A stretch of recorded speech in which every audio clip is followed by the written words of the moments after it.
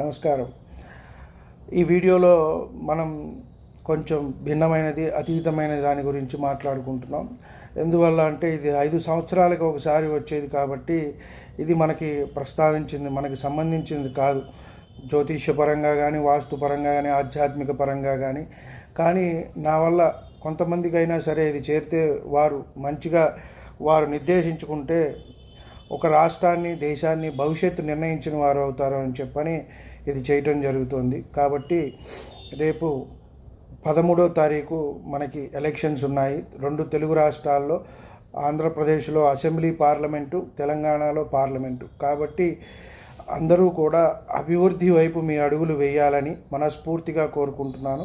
అలాగే ప్రతి ఒక్కరూ ఓటు హక్కుని వినియోగించుకోండి. అది మన హక్కు. అది ఓటు మీరు తప్పకుండా వేసి అభివృద్ధి ఎవరు చేస్తారు, మన జీవితం భవిష్యత్తు బాగుంటుంది